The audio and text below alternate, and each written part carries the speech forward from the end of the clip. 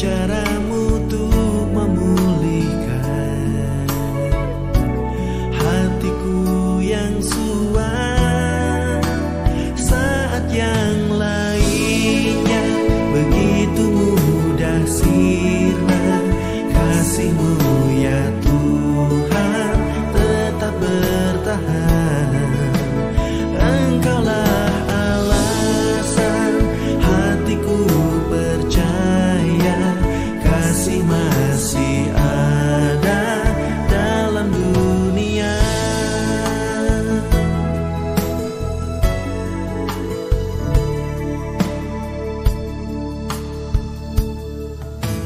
Walau seakan tiada harapan, kasih yang telah menjadi dingin. Ku suka caramu untuk memulihkan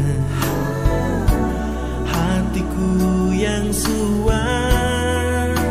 Saat yang lainnya begitu mudah sirna, kasih-Mu ya Tuhan tetap bertahan. Engkaulah alasan hatiku percaya, kasih masih ada dalam dunia.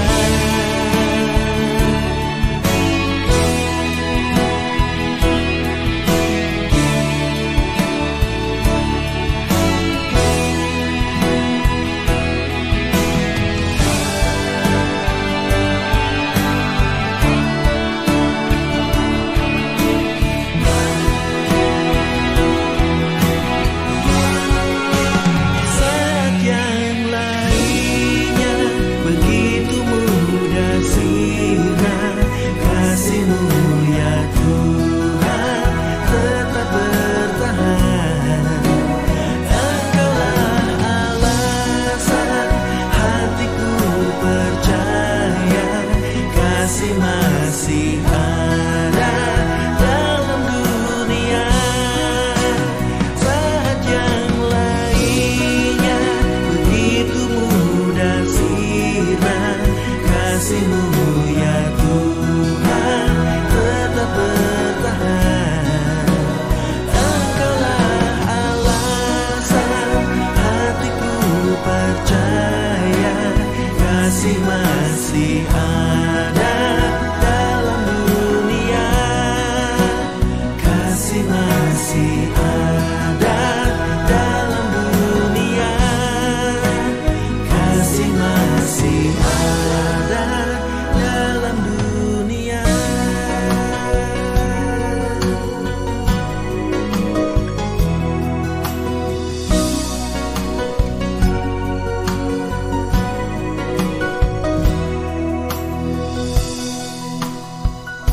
Selamat hari Minggu, sedang jemaat terkasih dan Tuhan kita Yesus Kristus.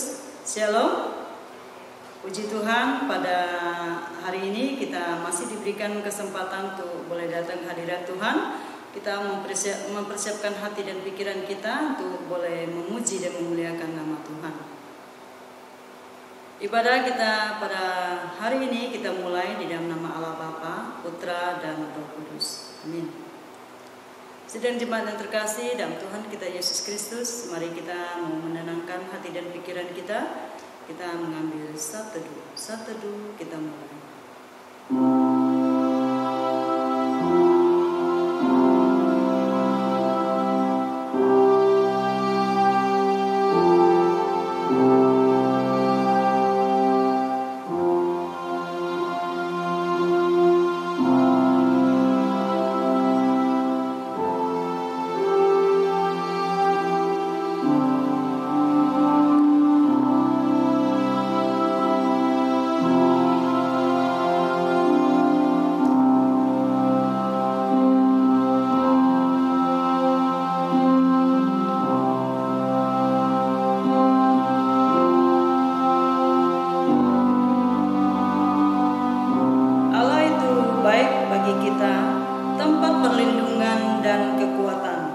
sebagai penolong dalam kesesakan sangat terbukti. Sebab itu kita tidak akan takut sekalipun bumi bergoncang, bumi berubah, sekalipun gunung-gunung goncang di dalam laut, sekalipun ribut dan berbuih airnya, sekalipun gunung-gunung goyang oleh geloranya. Mazmur 46 ayat 2-4. Tuhan kita begitu baik dan teramat baik dalam kehidupan kita. Ya, kita akan memuji Tuhan kita dengan satu pujian. Kita mau katakan, kita mau sembah Tuhan kita dengan pujian, Allahku, ku mau sembahmu.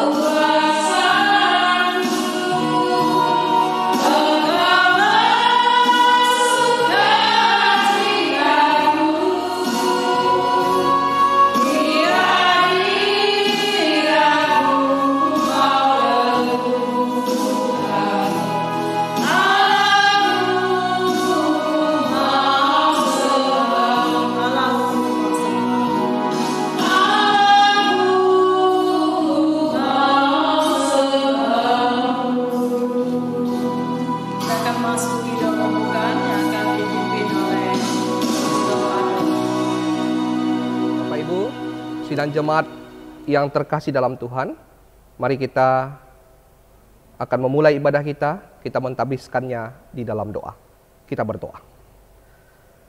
Segala pujian, hormat, syukur, kemuliaan kami naikkan di hadapan Tuhan. Kami sungguh bersuka di dalam Tuhan, karena satu hari lagi kami boleh menikmati kehidupan ini. Bahkan kesempatan di mana kami boleh memuji, memuliakan Tuhan dalam ibadah. Kami rindu ya Tuhan, biarlah lawatan, tuntunan, penyertaan, bahkan kuasa Tuhan boleh dinyatakan dalam ibadah kami.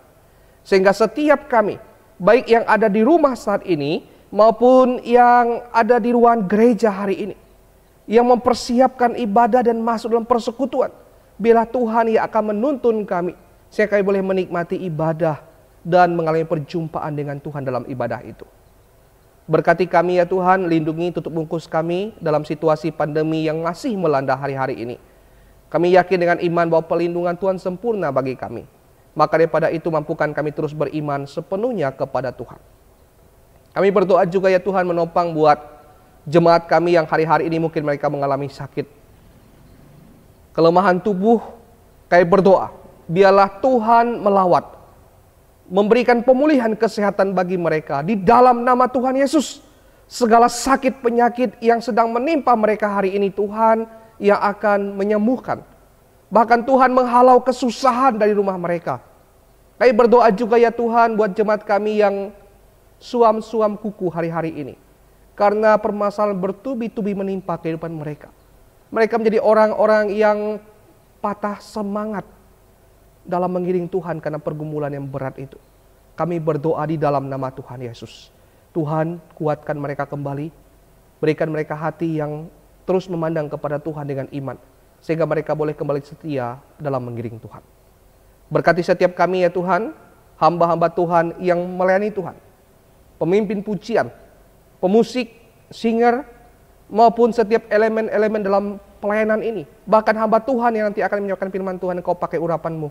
Engkau berkati pakai mereka dengan kuat kuasa Tuhan.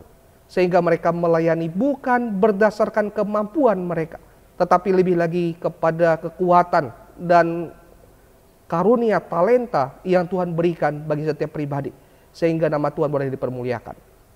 Maka daripada itu ya Tuhan, kami pertaruhkan ibadah kami dari awal, pertengahan, sampai berakhirnya. Biarlah nama Tuhan saja yang dipermuliakan. Dalam nama Tuhan Yesus, kami sudah berdoa dan bersyukur. Amin. Bersama-sama kita akan mengikrarkan pengakuan iman rasuli. Pertama kita ikrarkan dalam bahasa Indonesia dan dilanjutkan dalam bahasa Mandarin. Pengakuan iman rasuli. Aku percaya kepada Allah, Bapa yang Maha Kuasa, Khalik langit dan bumi, dan kepada Yesus Kristus, Anak yang tunggal Tuhan kita, yang dikandung dari Roh Kudus, lahir daripada anak darah Maria, yang menderita sengsara di bawah pemerintahan Pontius Pilatus, disalibkan, mati dan dikuburkan, turun ke dalam kerajaan maut pada hari yang ketiga, bangkit pula dari antara orang mati, naik ke surga, duduk sebelah kanan Allah, Bapa yang Maha Kuasa, dan dari sana Ia akan datang untuk menghakimi orang yang hidup dan yang mati. Aku percaya kepada Roh Kudus, gereja yang kudus dan am, persekutuan orang kudus, pengampunan dosa, kebangkitan tubuh, dan hidup yang kekal. Amin. 使徒圣经，我信上帝，全能的父，创造天地的主。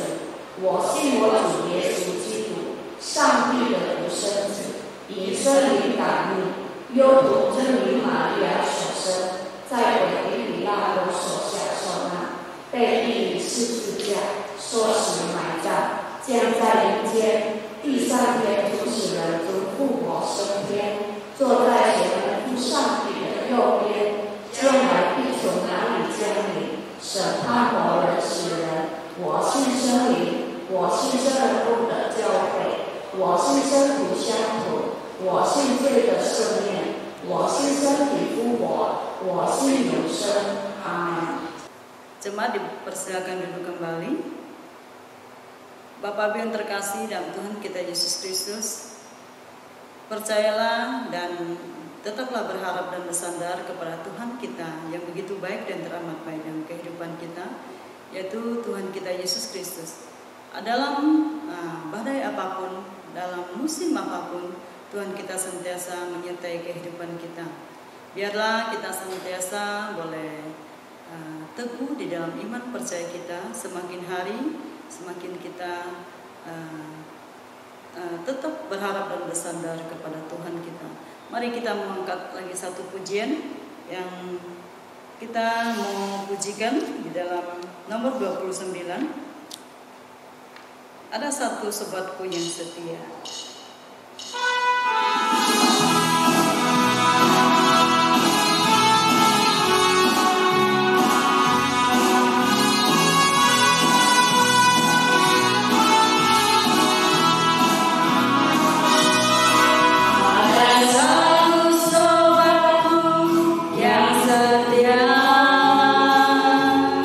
Tak pernah ia tinggalkan diriku.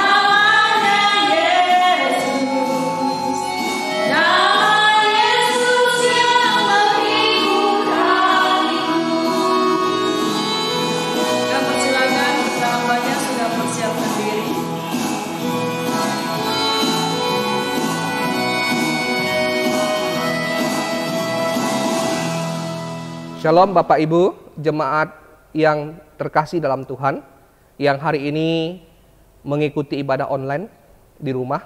Biarlah setiap kita terus ada dalam tuntunan dan penyertaan Tuhan. Terus mengalami sukacita dalam situasi ini. Dan berharap sepenuhnya kepada Tuhan. Hari ini kita akan merenungkan firman Tuhan bersama. Tetapi sebelumnya saya ingin mengajak kita menyerahkan, mempertaruhkan waktu ini melalui doa. Mari kita berdoa. Kami kembali datang menghadap tahta kekudusan-Mu ya Tuhan saat ini. Kami akan merenungkan firman Tuhan. Biarlah hikmat marifat Allah yang melampaui segala akal. Ia akan menerjemahkan ke dalam pengertian dan pemahaman kami. Bahkan memakai hamba yang terbatas ini, menyembunyikan hamba di belakang salib Kristus, sehingga hamba tidak mencuri kemuliaan Tuhan. Melainkan biarlah kuasa, tuntunan, dan suara Tuhan saja yang berbicara saat ini.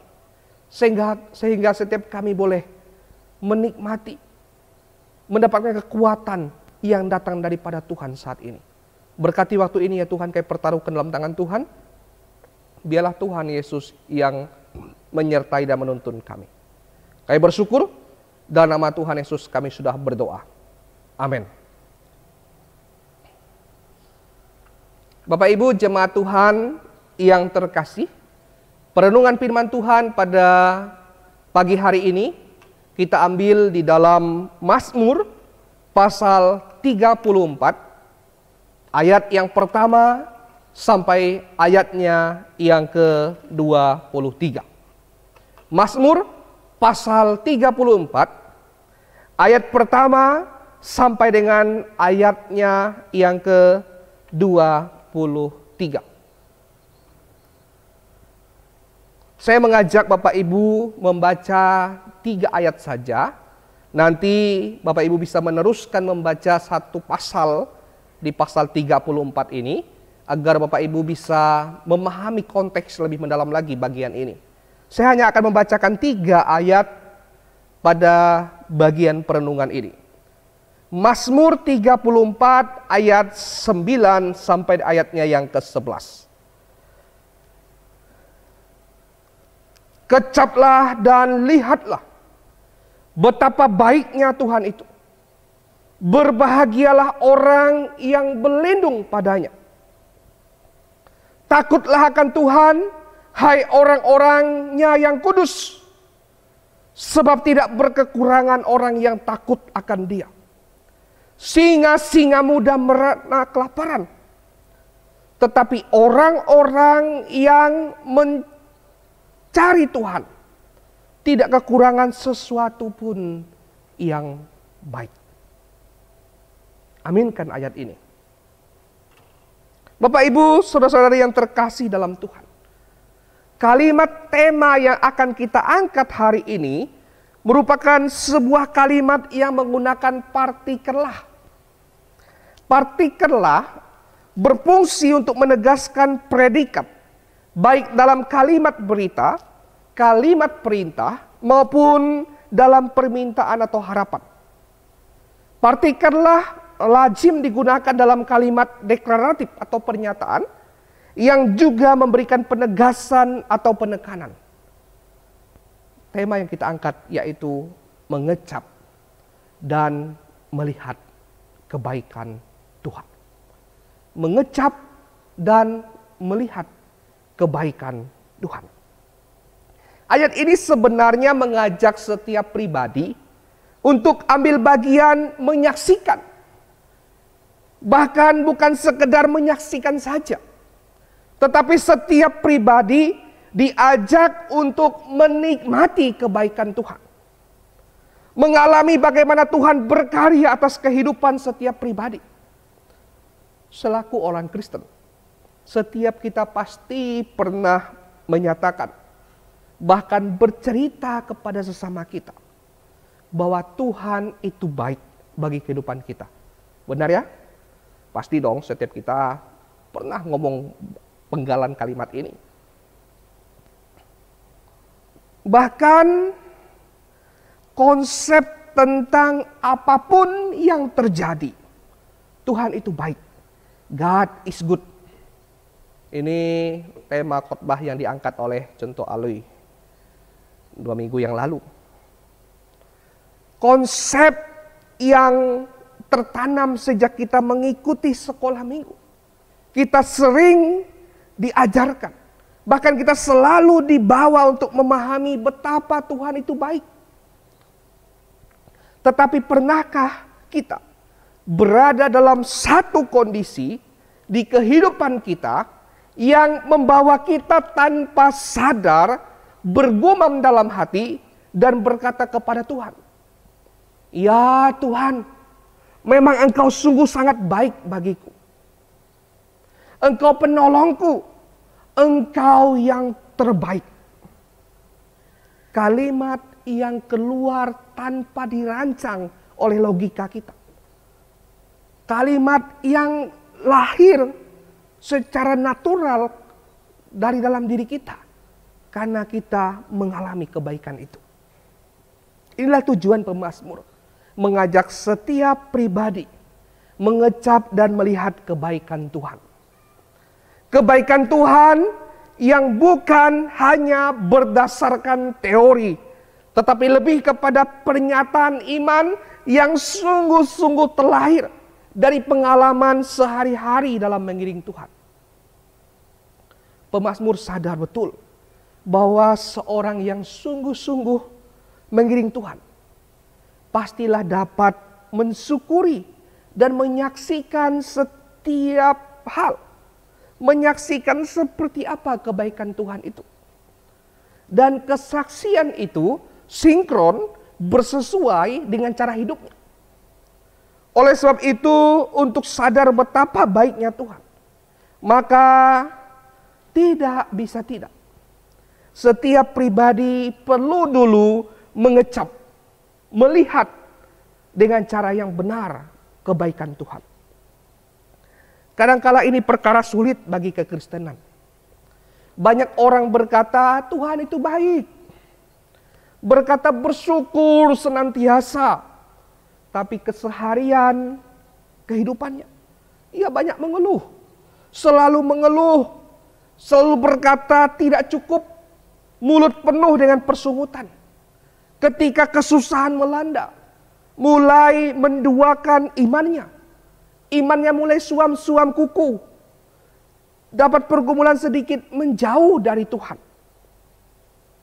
Kira-kira kalau boleh kita bertanya, apa yang menjadi dasar tindakannya? Apa sebabnya perkataannya yang mengatakan Tuhan itu baik, tetapi tindakannya berbanding terbalik? Penyebab utama tindakan tersebut dikarenakan ia belum sungguh-sungguh menyadari. Belum sungguh-sungguh mengecap. Belum sungguh-sungguh mengalami. Serta melihat kebaikan Tuhan. Kebaikan Tuhan yang diungkapkannya hanya sebatas teori yang dia pahami. Karena sesungguhnya semakin pribadi hidup sungguh-sungguh dalam mengiring Tuhan, maka ia akan semakin peka untuk merasakan kebaikan Tuhan dalam kehidupannya setiap hari. Bahkan ia dapat melihat kebaikan Tuhan dalam hal-hal yang paling sederhana sekalipun di kehidupannya. Ia dapat peka melihat kebaikan Tuhan di balik setiap pergumulan dan kesusahan yang sedang ia alami. Jemaat yang dikasihi oleh Tuhan. Sewaktu kita bangun dari tidur dan masih diberi napas penghidupan, apakah kita selalu bersyukur bahwa kita diberi satu hari lagi? Ketika kita dapat merasakan sinar matahari pagi, menghirup udara segar di pagi hari, menikmati hidup bersama dengan keluarga yang bahagia, adakah ucapan syukur terucap dari hati kita? Bukankah itu semua adalah kebaikan Tuhan yang Tuhan berikan di dalam kehidupan kita? Ketika kita belum dapat bersyukur atas hal-hal sederhana yang Tuhan kerjakan dalam kehidupan kita, koreksi kembali. Mungkin saja kita belum sungguh-sungguh peka untuk mengecap dan melihat kebaikan Tuhan. Ketika persungutan, keputusasaan, dan lari menjauh dari Tuhan menghiasi kehidupan kerohanian kita. Ketika kehidupan kekristenan kita hanya memprioritaskan kehidupan duniawi, kesenangan jasmani, pemuasan ambisi sementara, maka hal itu sebenarnya menandakan bahwa pengenalan kita akan Tuhan masih sangat dangkal. Dan pemazmur mengajak kita mengalami, mengecap, melihat betapa baiknya Tuhan itu. Kalau sudah mengalami, mengecap dan melihat, pasti kita akan dapat bersyukur senantiasa. Oleh sebab itulah Paulus mengatakan bersyukurlah senantiasa. Ini faktor utamanya yang mendorong Paulus bisa berkata demikian. Orang yang sungguh-sungguh dalam Tuhan dapat melihat kebaikan Tuhan di balik pergumulan-pergumulan yang mereka hadapi. Jemaat yang dikasihi oleh Tuhan.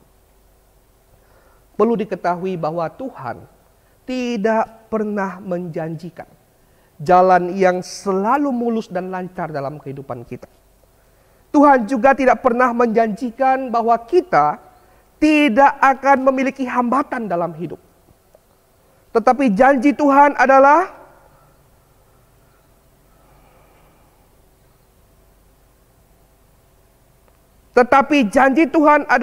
walaupun jalan berkerikil tajam, hambatan banyak menghadang, Tuhan akan melindungi kita dan memampukan kita untuk tampil menjadi pemenang atas segala kesusahan kehidupan kita.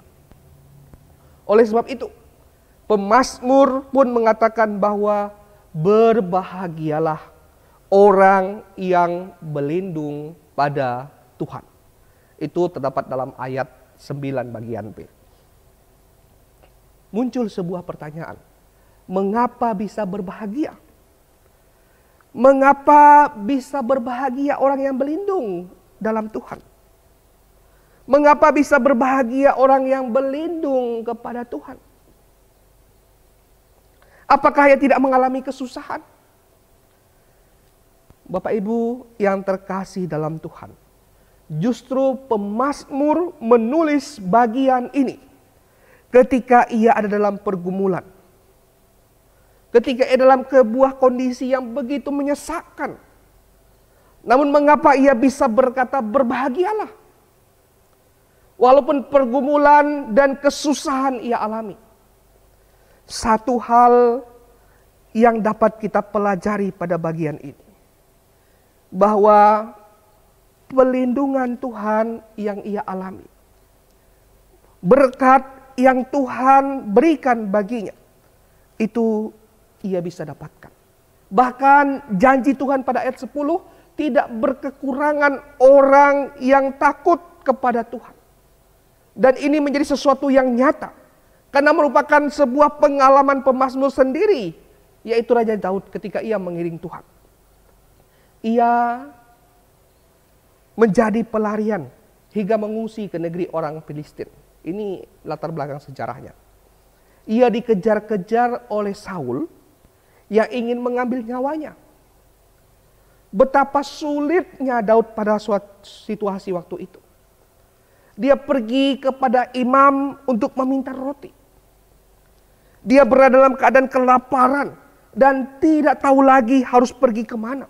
Ketika ia ada di daerah Gad, dia berusaha berjalan ke arah Yerusalem dan Bethlehem, tempat dia tinggal.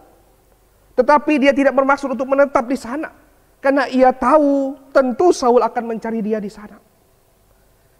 Dia juga tidak tahu siapa yang bisa ia percayai di situasi itu. Bisa saja orang di daerahnya akan menyerahkan dia kepada Saul. Itulah sebabnya dia memilih tempat yang netral, yaitu daerah para imam. Di sana ia mengalami kelaparan, Bapak Ibu jemaat Tuhan yang terkasih. Ia mengalami situasi yang begitu menyakitkan dalam hidupnya. roti kudus yang seharusnya hanya dikonsumsi oleh para imam selain dari tempat untuk dipersembahkan, akhirnya mau tidak mau diberikan kepada Daud karena ia kelaparan. Ia meminta roti itu, seharusnya dia tidak boleh mengkonsumsi itu waktu ia ada di daerah Nob. Bapak Ibu bisa memperhatikan bagian itu, betapa kerasnya tangan Tuhan membentuk Daud. Bahkan setelah itu ia harus melakukan lagi pelarian ke negeri orang Filistin. Dapat dibayangkan betapa menakutkannya harus pergi ke daerah musuh dengan harapan mendapatkan perlindungan dari mereka. Apakah yang akan mereka perbuat kepada Daud jika mereka tahu bahwa Daud adalah orang yang membunuh Goliat, yang menjadi pasukan 1000 dari kerajaan Israel di bawah kekuasaan Saul, dan yang pernah menghabisi 200 orang Filistin demi menikah dengan anak seorang raja di sana. Begitu situasi yang menakutkan, Bapak Ibu. Bahkan hal yang paling ditakutkan oleh Daud, ia ketahuan sedang bersembunyi di negeri orang Filistin. Dan benar saja, ada orang Filistin yang mengenal ia sebagai Daud, pahlawan dari pasukan 1000 yang pernah membunuh Goliat dan yang pernah membunuh banyak sekali orang-orang Filistin. Maka untuk menyelamatkan diri dari situasi yang menegangkan itu, Daud pura-pura gila. Dia menggores-gores pintu dan membiarkan ludahnya meleleh sampai ke janggutnya. Akhirnya Daud diusir dari Gad karena dianggap orang gila. Mazmur 34 yang kita renungkan hari ini diberi judul Dalam Pelindungan Tuhan dari Daud. Pada waktu ia pura-pura tidak waras pikirannya di depan Abimelek.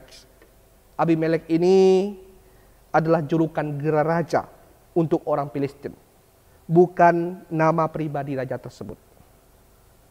Bapak Ibu yang terkasih di dalam Tuhan, situasi yang begitu tidak mengenakan. Tetapi di situasi yang demikian, tidak sedikit pun Daud mengeluh di hadapan Tuhan. Bahkan ia bisa menuliskan mazmur pujian atas kebaikan dan kemurahan Tuhan. Catatan awal dari pelarian Daud mulai menunjukkan kehidupan Daud yang sepertinya telah ditinggalkan oleh Allah. Tetapi meskipun seolah-olah Allah telah meninggalkan dia, Daud tetap percaya kepada Allah sebagai sumber kekuatan dan pelindungannya. Bapak Ibu jemaat yang dikasihi oleh Tuhan, apa yang membuat Daud bisa melihat kebaikan Tuhan di balik setiap kesusahan yang dialami tadi? Daud bisa melihat dan berkata Tuhan itu baik, karena ia peka akan kebaikan Tuhan dan ia terus berjalan dalam ucapan syukur kepada Tuhan. Ia menjadi pribadi yang mengalami, mengecap dan melihat langsung kebaikan itu. Walaupun kebaikan Tuhan itu tersembunyi di balik pergumulan yang melampaui segala akalnya. Kondisi yang begitu tidak mengenakan, tetapi ia bisa melihat ada kebaikan Tuhan di balik itu semua. Dari nats ini Bapak Ibu yang terkasih dalam Tuhan, ada 2 kunci utama untuk mendapatkan berkat Tuhan yang menjadi gaya hidup Daud dalam mengecap dan melihat kebaikan Tuhan. Yang pertama, ia takut akan Tuhan. Ayat 10 bagian A. Perhatikan ayat-ayat dalam Mazmur 34. Lihat ayat yang ke-7. Betapa Daud tetap berharap kepada Tuhan. Bahkan di ayat yang ke-8, Daud mengatakan bahwa malaikat Tuhan pun diutus Allah untuk melindungi orang-orang yang takut akan Dia. Daud begitu beriman dan berserah kepada Tuhan. Tidak ada kondisi dalam hidupnya yang membuat dia berhenti berharap kepada Tuhan. Dia tidak menjadi kecewa kepada Tuhan, karena seumur hidup dia berusaha membuat Tuhan tidak kecewa kepada dia. Dia berharap ketika pengharapan sepertinya hilang. Dia melihat pelindungan Tuhan ketika orang-orang melihat kehidupannya ada dalam pembuangan dari hadapan Tuhan. Dia melihat benteng yang kokoh dari Tuhan mengelilingi orang-orang yang percaya kepada Tuhan. Walaupun kehidupannya ada dalam ambang kematian. Bapak Ibu yang terkasih dalam Tuhan, mari renungkan bagian ini. Renungkan sikap Daud di tempat-tempat pelarian ini. Mari refleksikan juga dalam kondisi hidup kita sekarang. Daud yakin bahwa Tuhan adalah tempat pelindungannya. Karena dia takut akan Tuhan dan rela menjalankan apapun yang Tuhan bebankan kepada dia. Daud begitu yakin. Daud mengatakan takut akan Tuhan, maka akan mengecap kebaikan dan kemurahan Tuhan. Takut akan Tuhan itu berarti memiliki sikap hormat dan juga berusaha untuk tidak melakukan apa yang Tuhan tidak suka. Memposisikan Tuhan sebagai pribadi yang berkuasa, sehingga sebagai ciptaan sepenuhnya taat kepada Tuhan yang empunya segala kuasa itu.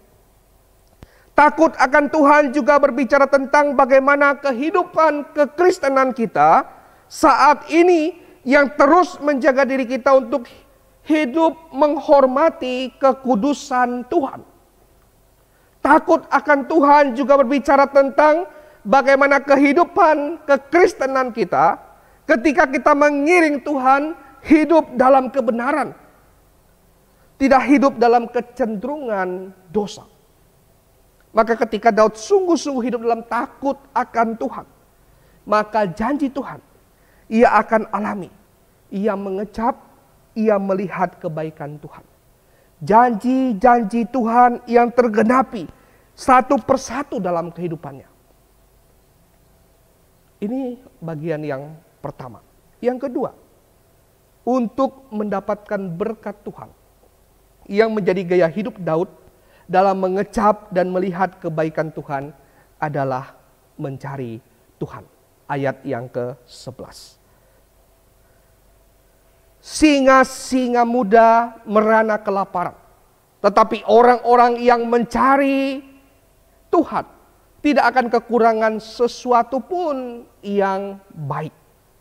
Mencari Tuhan pada bagian ini memiliki arti bahwa ia selalu memiliki kerinduan untuk bertemu dan bersekutu dengan Tuhan.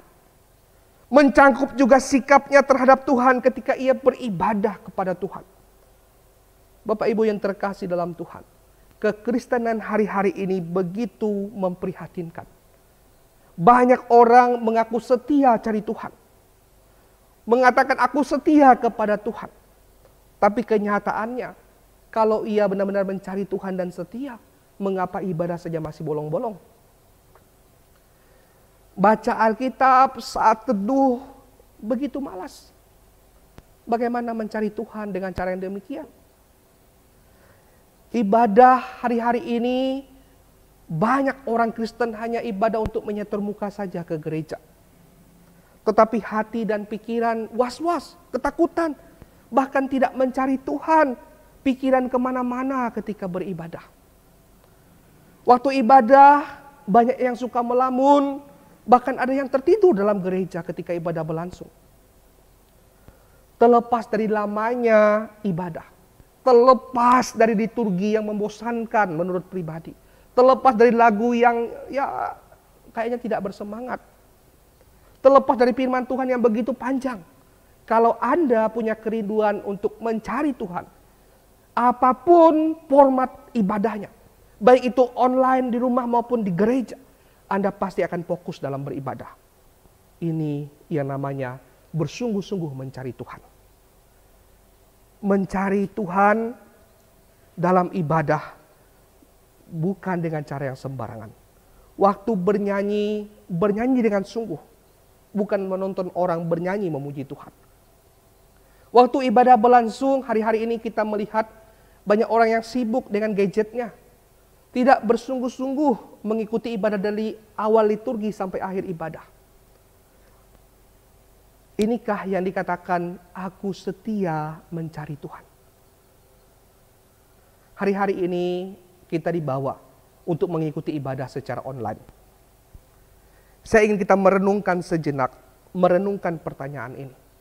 Sudahkah kita ketika kita menghadap Tuhan dalam ibadah melalui ibadah online, kita menghadap Tuhan dengan sikap yang benar-benar mencari Tuhan? Ini penting bagi kita.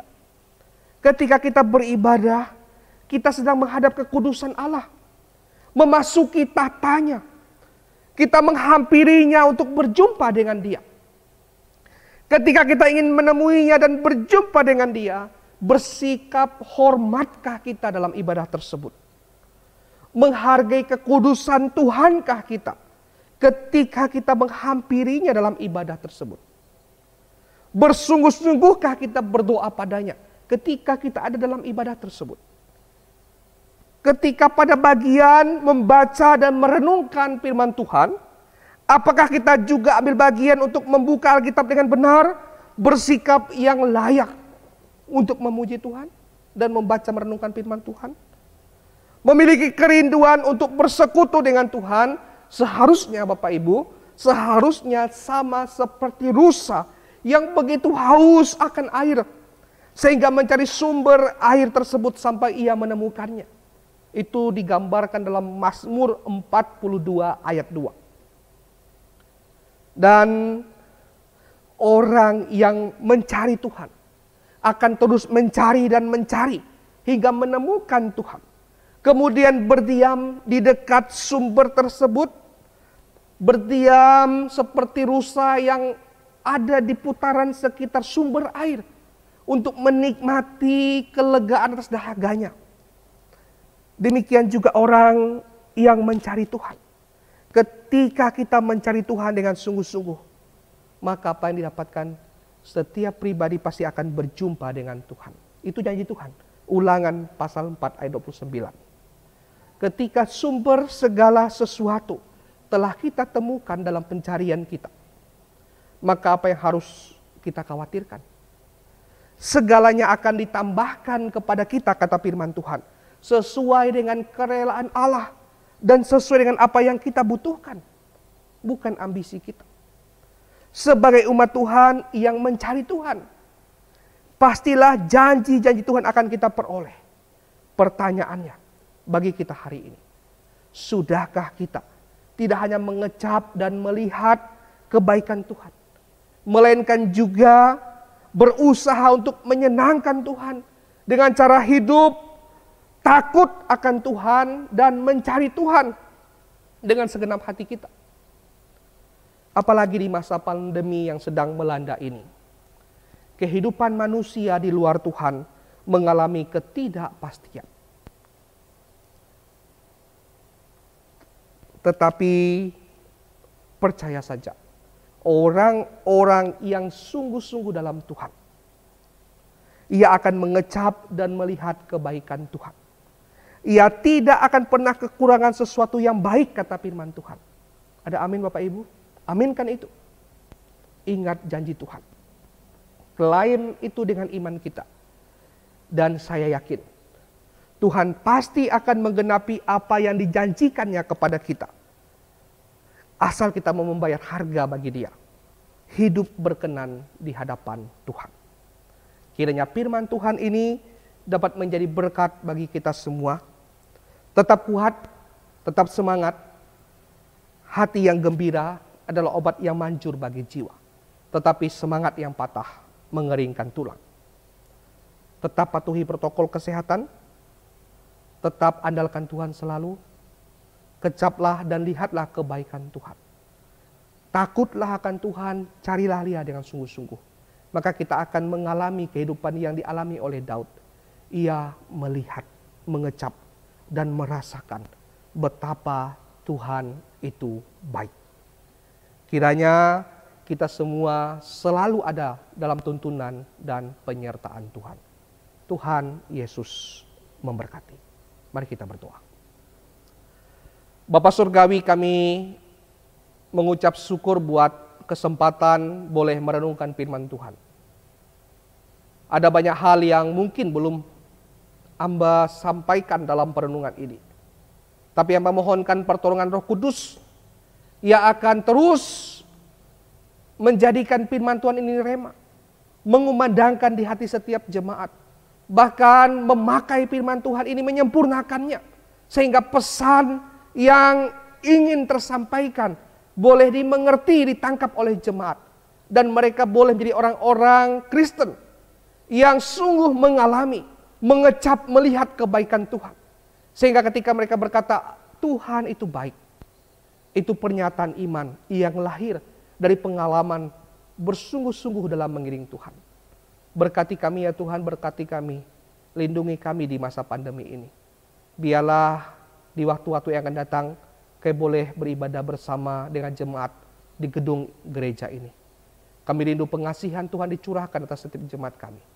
Dan kami pertaruhkan perenungan ini, biarlah Allah Roh Kudus yang akan terus berbicara dalam hati kami masing-masing.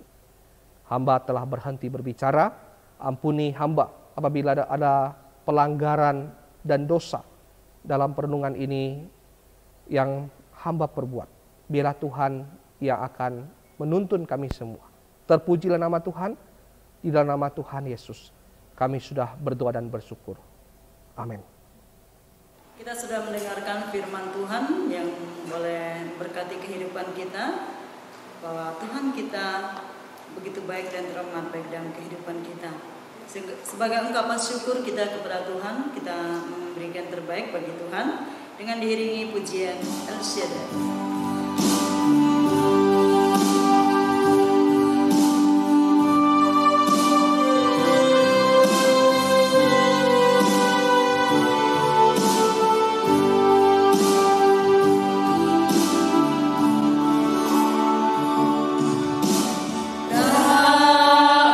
menjaga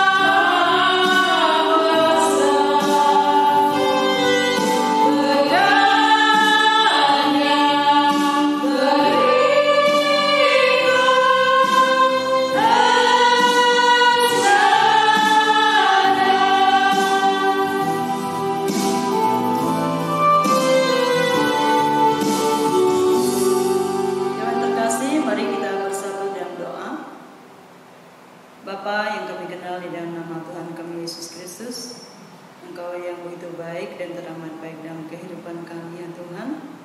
Tuhan, kami mengucap syukur, terima kasih kepada Engkau pada hari ini ya Tuhan. Kami boleh dikuatkan melalui firman-Mu ya Tuhan.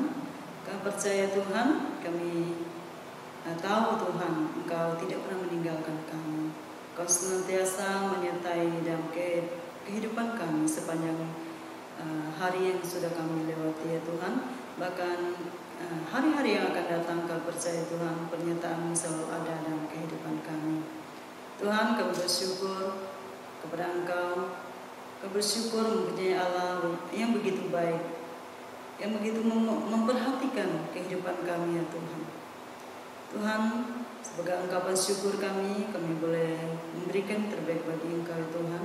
Engkau suci, kuduskan apa yang menjadi persembahan kami ya Tuhan, hingga boleh dipakai di gereja ini ya Tuhan, mendukung pekerjaan-Mu di tempat ini ya Tuhan. Kau berkati kami yang sudah memberi maupun yang belum sempat memberi ya Tuhan. Kau berkati keluarga kami, Kau berkati anak-anak kami, Kau berkati kehidupan kami, setiap langkah kehidupan kami ya Tuhan. Usaha pekerjaan kami serahkan ke dalam tangan-Mu. Terima kasih ya Tuhan, hanya di dalam nama Tuhan Yesus kami berdoa dan kami mengucap syukur. Amin.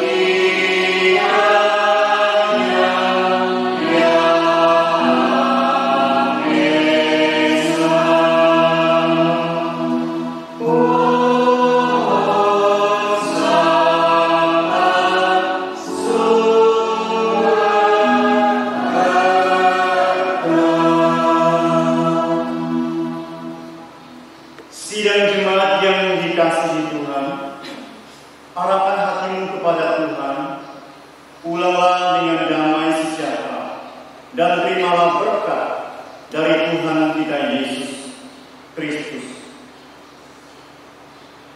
Tuhan memberkati engkau dan melindungi engkau. Tuhan menyinari engkau dengan wajah-Nya dan memberi engkau kasih karunia. Tuhan memadamkan wajah-Nya kepadamu dan memberi engkau damai sejahtera. Amin.